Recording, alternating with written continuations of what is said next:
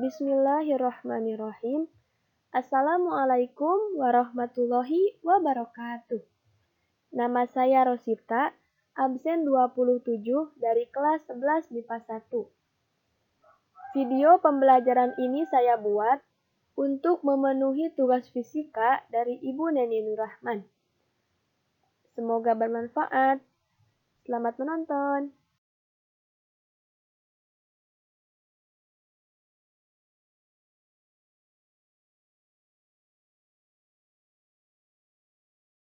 Topik yang akan saya bahas pada video pembelajaran ini adalah gelombang bunyi, yaitu tentang pengertian gelombang bunyi, sifat-sifat gelombang bunyi, dan sumber bunyi.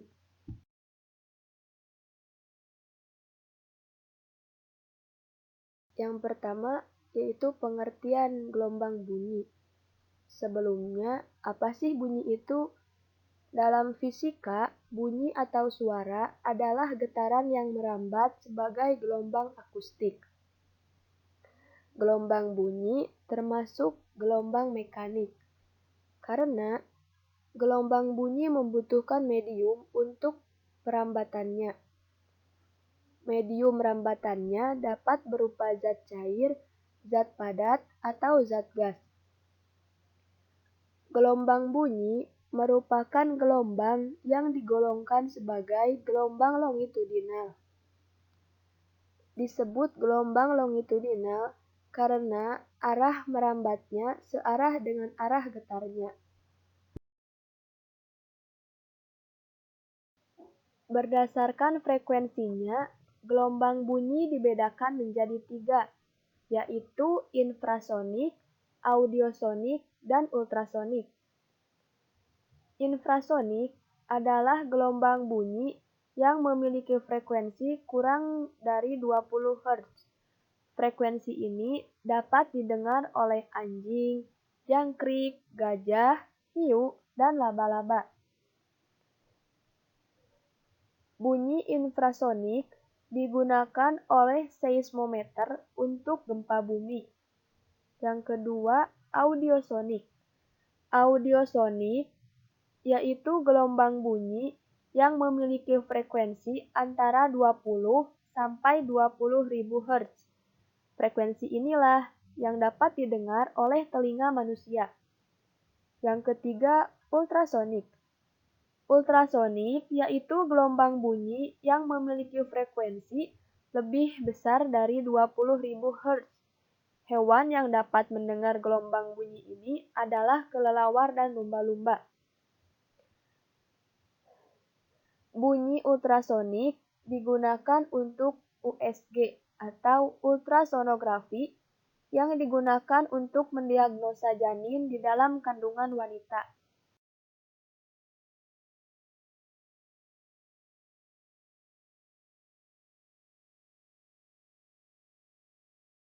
Sifat-sifat gelombang bunyi. Sifat dari gelombang bunyi yang pertama adalah refleksi atau pemantulan. Ketika bunyi merambat melalui mediumnya, maka bunyi akan dipantulkan pada permukaan benda yang keras. Misalnya, bunyi tersebut mengenai permukaan batu, kaca, ataupun besi. Hukum dari pemantulan gelombang bunyi yaitu sudut bunyi yang datang akan sama dengan sudut bunyi yang dipantulkan. Lalu, bunyi dari hukum pemantulan yang kedua adalah arah datang, arah pantulan, dan garis bunyi normal berada dalam satu bidang yang sama. Berikut ini ada ilustrasi dari pemantulan gelombang bunyi.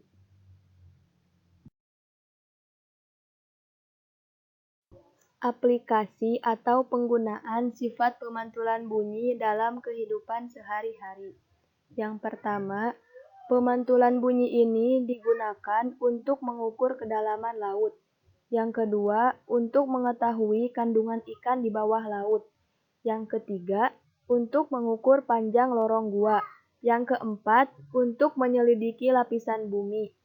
Yang kelima, pada saat kita bernyanyi di kamar mandi atau di ruangan yang tidak terlalu luas, suara kita akan terdengar lebih keras dan lebih merdu jika dibandingkan pada saat kita bernyanyi di ruangan yang luas. Yang keenam, pemantulan bunyi digunakan kelelawar saat terbang pada malam hari. Dengan memantulkan bunyi, kelelawar dapat mengetahui letak mangsanya dan dengan pemantulan bunyi ini akan melindungi dia untuk tidak menabrak benda-benda yang dia lalui pada saat dia terbang. Yang ketujuh, pemantulan bunyi ini digunakan untuk mendeteksi kerusakan logam. Sifat gelombang bunyi yang kedua adalah refraksi atau pembiasan. Sifat ini terjadi ketika ada bunyi yang melewati dua medium perambatan yang berbeda. Bunyi yang merambat dari medium yang lebih rapat menuju ke medium yang kurang rapat akan dibiaskan menjauhi garis normal. Contohnya, pembiasan petir pada siang hari. Pembiasan petir pada siang hari mengakibatkan bunyi petir pada malam hari lebih keras jika dibandingkan bunyi petir pada siang hari. Sifat gelombang bunyi yang ketiga adalah difraksi atau pelenturan. Gelombang bunyi sangat mudah mengalami difraksi karena gelombang bunyi di udara memiliki panjang gelombang dalam rentang beberapa sentimeter sampai dengan beberapa meter. Bandingkan dengan gelombang cahaya yang panjang gelombangnya berkisar 5 kali 10 pangkat min 5 cm. Gelombang yang panjang gelombangnya lebih panjang akan lebih mudah didifraksi. Itulah alasan mengapa gelombang bunyi sangat mudah didifraksi, sementara gelombang cahaya sangat sukar didifraksi.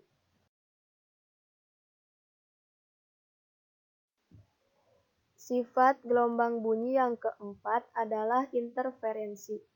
Interferensi gelombang bunyi merupakan perpaduan dua gelombang dengan frekuensi dan beda fase saling bertemu dan saling berinteraksi pada medium yang sama. Contohnya pada dua buah sumber yang koheren. Kuat atau lemahnya suara yang terdengar dari sumber tersebut menunjukkan adanya interferensi terhadap dua bunyi. Dalam kehidupan sehari-hari, misalnya dalam paduan suara. Apabila suara frekuensinya sama, maka bunyi yang dihasilkan akan semakin kuat. Namun, jika salah satu suara frekuensinya lebih rendah, maka bunyi yang akan terdengar hanya satu, yaitu yang lebih nyaring atau frekuensinya tinggi. Yang kelima, pelayangan gelombang. Sifat ini menjelaskan kalau ada dua bunyi yang berbunyi secara bersamaan, tetapi memiliki frekuensi yang berbeda. Pelayangan bunyi adalah terjadinya pengerasan bunyi atau pelemahan bunyi yang terjadi karena efek dari interferensi gelombang bunyi. Satu layangan didefinisikan sebagai gejala dua bunyi keras atau dua bunyi lemah yang terjadi secara berurutan. Aplikasi layangan misalnya dalam dunia musik. Pemusik sering menyetel instrumen musik mereka dengan mendengarkan frekuensi layangan. Misalnya, seorang pemain piano menyetel nada-nada pianonya dengan bantuan software komputer dan prinsip layangan. Sifat gelombang bunyi yang keenam yaitu memiliki panjang gelombang, amplitudo, periode, frekuensi, dan cepat rambat gelombang. Panjang gelombang atau yang diberi lambang lambda adalah jarak yang ditempuh gelombang dalam satu periode. Amplitudo yang diberi lambang A besar adalah simpangan maksimum dari kedudukan kesetimbangan. Periode yang diberi lambang T besar adalah waktu yang diperlukan untuk menempuh satu panjang gelombang. Lalu frekuensi yang diberi lambang F kecil adalah banyaknya getaran persatuan waktu. Yang terakhir, cepat rambat gelombang yang diberi lambang V kecil adalah besar jarak tempuh gelombang dalam interval waktu tertentu. Sifat gelombang bunyi yang ketujuh adalah efek Doppler. Efek Doppler dialami ketika ada suatu gerak relatif antara sumber bunyi dan pengamat. Ketika sumber bunyi dan pengamat bergerak saling mendekat, pengamat mendengar frekuensi bunyi yang lebih tinggi daripada frekuensi bunyi yang dipancarkan sumber tanpa adanya gerak relatif. Ketika sumber bunyi dan pengamat bergerak saling menjauh, maka pengamat akan mendengar frekuensi bunyi yang lebih rendah daripada frekuensi sumber bunyi tanpa adanya gerak relatif. Sifat gelombang bunyi ini pertama kali dikemukakan oleh fisikawan Austria yang bernama Christian Johann Doppler pada tahun 1803 sampai 1855.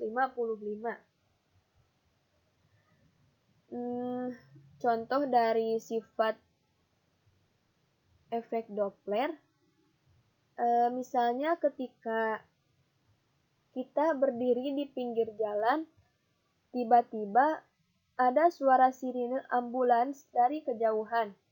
Nah, ketika ambulans tersebut berjalan menjauh, maka suara sirine yang kita dengar akan lebih rendah. Tetapi jika ambulans tersebut berjalan mendekat, maka suara sirine yang akan kita dengar akan lebih tinggi atau lebih jelas. Nah, selanjutnya yang akan kita bahas adalah sumber bunyi. Sumber bunyi adalah semua benda yang bergetar dan menghasilkan suara merambat melalui medium atau zat perantara sampai ke telinga. Bunyi dihasilkan oleh benda yang bergetar. Berikut ini contoh yang membuktikan bahwa bunyi dihasilkan oleh benda yang bergetar. Yang pertama, ujung penggaris yang digetarkan menimbulkan bunyi. Yang kedua, pada saat berteriak, jika leher kita dipegangi akan terasa bergetar. Yang ketiga, dawai gitar yang dipetik akan bergetar dan menimbulkan bunyi. Yang keempat, kulit pada bedug atau gendang saat dipukul tampak bergetar. Masih banyak lagi contoh atau peristiwa yang dapat membuktikan bahwa bunyi dihasilkan oleh benda yang bergetar. Getaran yang berasal dari benda-benda yang bergetar sampai ke telinga kita pada umumnya melalui udara dalam bentuk gelombang. Contoh sumber bunyi di lingkungan kita adalah radio, televisi, alat musik, handphone, dan klakson kendaraan bermotor. Ada 3 aspek dari bunyi, yaitu sebagai berikut. Yang pertama, bunyi dihasilkan oleh suatu sumber seperti gelombang yang lain. Sumber bunyi adalah benda yang bergetar. Yang kedua, energi dipindahkan dari sumber bunyi dalam bentuk gelombang longitudinal. Yang ketiga, bunyi dideteksi atau dikenal oleh telinga atau suatu instrumen. Cepat rambat gelombang bunyi di udara dipengaruhi oleh suhu dan massa jenis zat.